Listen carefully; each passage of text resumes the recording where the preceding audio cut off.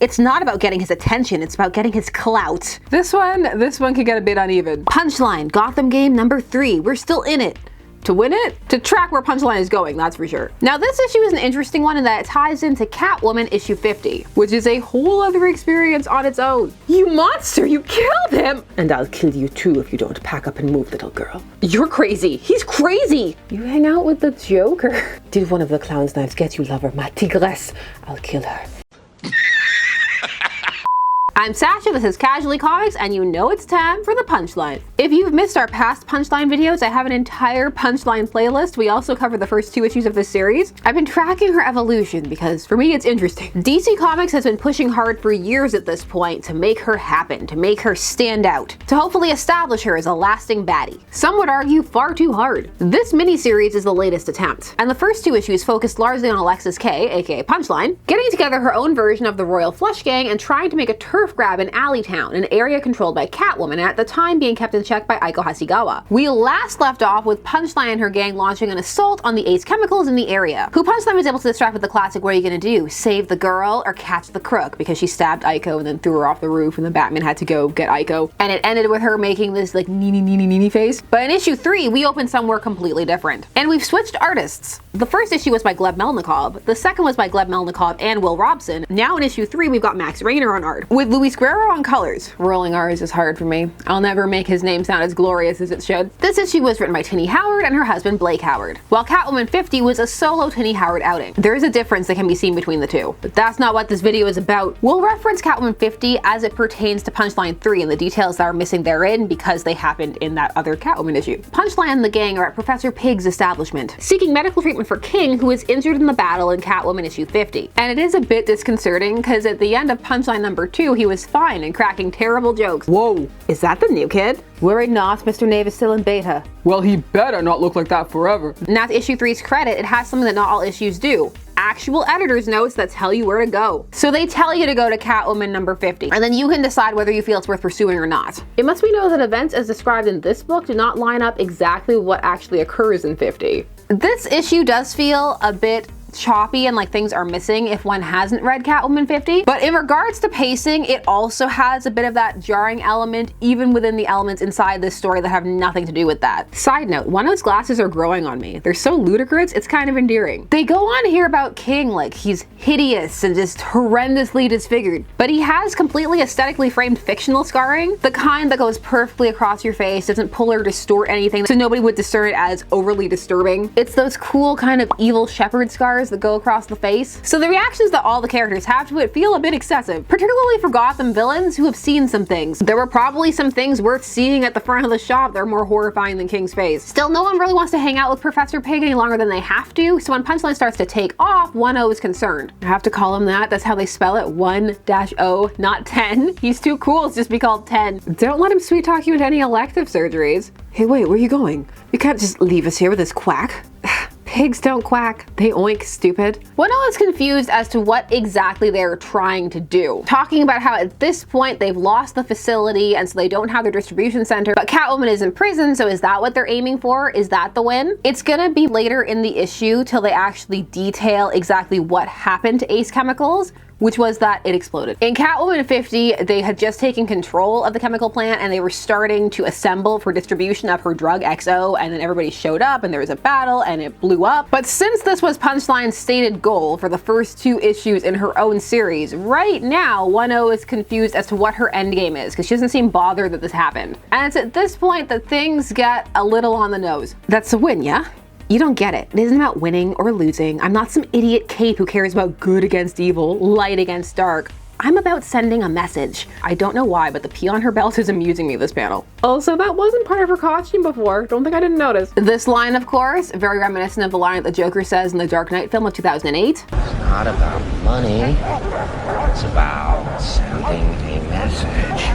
However, in the context of this comic spoken by Punchline, it has a different impact. When a character like the Joker says something like that, the viewer has enough passing knowledge to draw upon to make assumptions as to what that message is. Also, within the context of the film, the setup of Joker's function in the city and as opposed to Batman is clearly established. Punchline's a newer character, so there are lots of aspects of her that aren't firmly pinned down yet. It's still up to interpretation and debate, and there were still several options open. Though some could argue this is meant to highlight that she actually has no message. A statement like this could be leading into a few options. One is of the Joker fangirl aspect. Although after her introduction, it felt very much like they tried to move her away from that very quickly. In her appearance over in The Joker, The Man Who Stopped Laughing #3, which came out just about a month prior to this issue, she essentially cut ties with him. If that even is the Joker in that book, that's a whole other kettle of fish happening over there. But it also could be that Alexis is more influenced by the Joker than she thinks, and that has rendered her unpredictable, unstable, and not capable of being the leader of a gang. Or it could be, as it appears to confirm later in the book, that Alexis is trying to replace the Joker, which is an angle that has been put forth as a potential character path for her, even by yours truly. She later goes on about how it's not anybody's job to understand the game, only she needs to understand the game.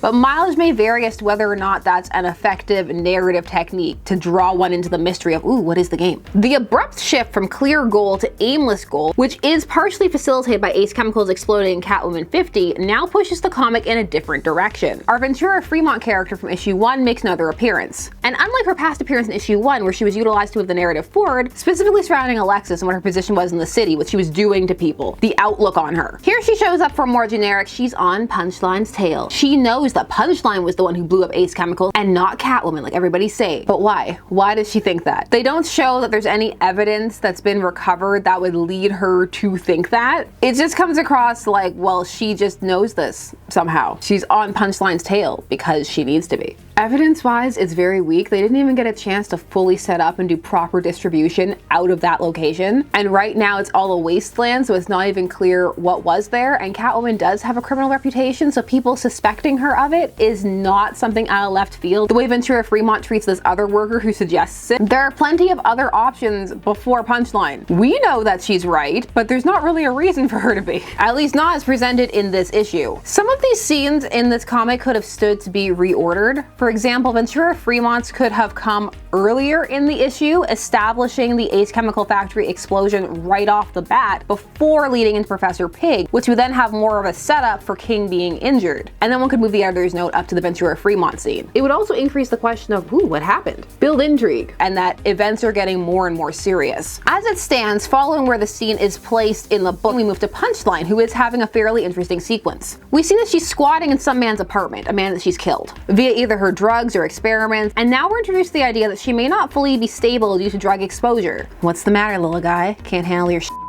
Leave a review. Thanks. Alexis is hallucinating that the corpse in the apartment is talking with her, also that it bears a striking resemblance to the Joker. The idea that she herself has either been exposed to or is purposely taking her own drugs, or that she's been exposed because she's practicing poor safety, or just has a lack of care. Any of those are interesting concepts to explore. They also potentially introduce some flaws in the character that could make her more intriguing. And this sequence is used as a way to get into her headspace and explore the idea that she's gone so far down the rabbit hole that even she's not entirely sure why she's doing what she's doing anymore. Life's too short to not make jokes. And whose voice would that be, my dear? The poor stiff's? Mine? Or maybe? Now this is funny. And believable too. Hell, I don't even think you know why you're doing it. Miss Kaye, would you say you fell in love with chaos? Take it from me. Chaos without purpose is dull. Say, that reminds me. What do you call a joke with no punchline? There's a lot one could play with there, such as Punchline's concern with irrelevance, or the idea that things are meaningless, and that even maybe her attempt to create chaos is actually a way to attempt to create meaning. You could get fairly deep with this if one wanted to. Sometime later, the one time we need a timed notion is not there, we see Jack. Remember our streamer from issue 1? He got kidnapped and all mutated by nanites in issue 2 and he was a hulking abomination? He's better now. He's mid-level abomination. And he's training to use his laser eye and is loving being part of a group, which does tie in well with him seeking acceptance, which he was obviously seeking via his streaming, just based on how he was interacting with his chat and the like. But it also feels as though several issues were missing in between, just the jump from he's mindless to he's training and everybody likes him. Same with the encounter he has with Bluff in the next sequence, although it is a good moment for Bluff. Hey, you've got some serious roll up here, a glorified hostage, and just make yourself a member of the royal flush gang. Listen to me, you're not ready for this life. You're a fetus, a cupcake, a Girl Scout cookie. So listen to me. We shed our blood taking that plant, and now it's gone. All of our product, all of our profits, gone, splattered, all over Alleytown. She's acting like it's some kind of a win. Hey, Punchline knows what she's doing. Ooh, Punchline knows what she's doing. I'm Jack. I'm just a huge simp, even though she literally maimed me. No, you listen. Some of us have been in this game far longer than you. I'm Flush Gang royalty. This gang is in my blood, and if there's one thing I know, it's when to place a bet. This scene works well for a few reasons. It establishes again that what happened in Catwoman 50 was important, which could encourage people to go check it out, but also again adds tension and stakes. Although his insult game leaves something to be desired. A Girl Scout cookie. It may have played stronger if it was played closer to Punchline's flippant message declaration earlier, or to have that been something she said either to or in front of Bluff. This would help set up his disillusionment better. Again, this issue could just stand with some general reorganization of the order in which certain scenes occurred. But the idea of once loyal followers drawn to her because of her passion or influence, or even ties to the Joker, that would be a cool one to explore. Pulling back as they get a peek behind the veneer, so to speak, is an interesting idea. Again, it's moving at warp 10, but this is a mini time of recording, but even so, we're halfway through and some of these concepts are just being introduced or seeded. The question of whether or not she can maintain her influence, though, is an interesting one, especially coupled with how much they're playing with influencer and social media energy surrounding the character. Also, the idea of having a character with questionable allegiances to some of the characters we named Bluff, nice. It's a little clever without being super obvious about it. Punchline, meanwhile, is throwing the corpse he dismembered off a bridge. And suddenly she's set upon by Bluebird. How did she find her? There was a whole Batman is tracing her movements thing, so how did Bluebird just roll up on her? Luck, I guess. I'm glad to see they haven't abandoned the Bluebird and Punchline beef. And there's again an accurate editor's note as to their last fight. I'm liking Bluebird's look in this art style. Aw, what's wrong, Harpo? Not in a chatty mood? You're gonna pay for what you've done. You're gonna have to be a lot more specific. Now, the Bluebird fight also adds some stakes or fallout to the Ace chemical explosion, but it doesn't fully present exactly what happened there, but Bluebird's perspective of it, which is the idea that Punchline just went and blew it up on purpose, which is not entirely accurate to how that went down. Issue 50 was a bit of a kerfuffle at points. Valmont died, by the way, and everybody when I post about just started calling him Discount Daredevil or Daredevil at Home or Ghostmaker 2.0. You think you've cleared the board and removed the power players, but you're just causing trouble, all to get the Joker's attention? BB, you think so little of me. It's not about getting his attention, it's about getting his clout. I don't want him to show up and give me what's his.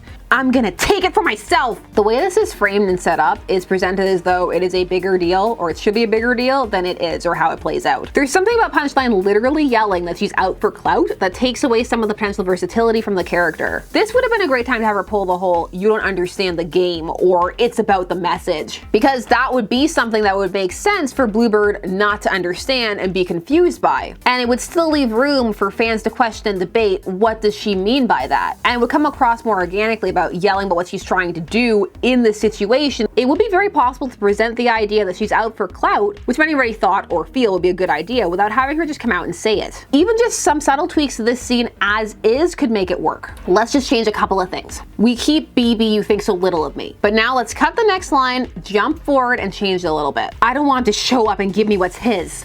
I want to take what's mine. Boom! Simple, and can lead to the exact same idea. But it also leaves some room for some interpretation, fun, theories, and the like. And most importantly, a tiny bit of subtlety, and even that's not subtle. It would also be interesting to explore the idea that what the Joker has isn't necessarily clout, as Punchline may perceive it, but instead notoriety and fear, and that there is a distinction to be drawn between those things that may be something that Punchline needs to learn. Oh my god, what's wrong with you? Whose body is this? Alexis Kaye, you're insane. We also get some Cullen row this issue. He's concerned because Harper's not back yet, and so he's texting her. While this is happening, Bluff starts texting him. And Cullen still has some feelings for Bluff, who he fell in with when he was going through his getting into Punchline phase. So he finds himself talking to him and accepting his offer to go for a ride and look for his sister. Cullen is thirsty. Bluff has several ear piercings. That's at least worth a car ride. Maybe he just needs a mission that's not crime stuff. Maybe he needs a boyfriend, like a serious one, not too serious, but down boy. But Bluff was bluffing. This is the guy you've been acting so stupid for?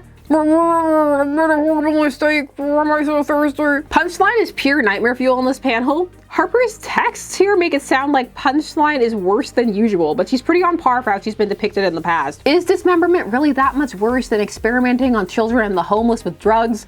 What a question. Bluff being here to grab Cullen after telling off Jack. But he did say he was placing his bets. So that was issue 3. Tying into Catwoman 50 did not really do this issue many favors. It has a hard time recovering its footing, though that may be the way that the scenes are oriented because it could have flowed better and not felt as awkward in some spots. But regardless, it does change the direction of the book. And there are some gaps that have nothing to do with tying into the Catwoman issue. To have her go from Batman seeking her out to him just not even being mentioned and leaving her alone is jarring. If the idea was that Punchline was always unstable and playing a game that people didn't understand, it did not come across in the first few issues, and now it just feels like it's just coming up in issue 3. And the questions surrounding Punchline's motivations and the potential to explore there are presented in the most glaring manner possible. Could she be wrong or have her motivations questioned or changed? Of course. But the strong moments of all the potential ideas surrounding her are undermined by on-the-nose dialogue and a pace that doesn't give one time to breathe in terms of her development and other characters' attitude shifts. Lots of the ideas are interesting, but if the main hook is meant to be what game is Punchline playing, it's not the most compelling. Now, of course, this could all pull together, get tighter, especially now that it doesn't have to tie into anything. But both works were written by Howard, so one would hope that the connections would be tighter. On the whole, this was the most disjointed issue for this series as it stands. Events more just happening rather than coming together in a coherent tale. And yet some of those vignette moments were very strong. Personally, I still want to see where it goes. If it heads in a creative direction with Punchline looking for Clout, or if now that that's been outright stated, it takes something away from the character. If it turns out to be true, time will tell. Punchline is still new on the scene, and as mentioned, her connection to the Joker has been rapidly downplayed. It would be nice to see him impact her a bit more. They're set to have interactions in this series, so we'll see how that plays out. But those are just my thoughts, and I want to hear yours. Do you disagree? Feel this is an extremely strong issue? Do you feel it conveyed Punchline's motivations well? Did it feel choppy to you? Do you like the new art style? Do you just want a belt with a P on it? Tell me things down below. While you're down there, please do all the YouTube things. Like, share, comment, subscribe, and hit the bell notification so that you never miss a vid.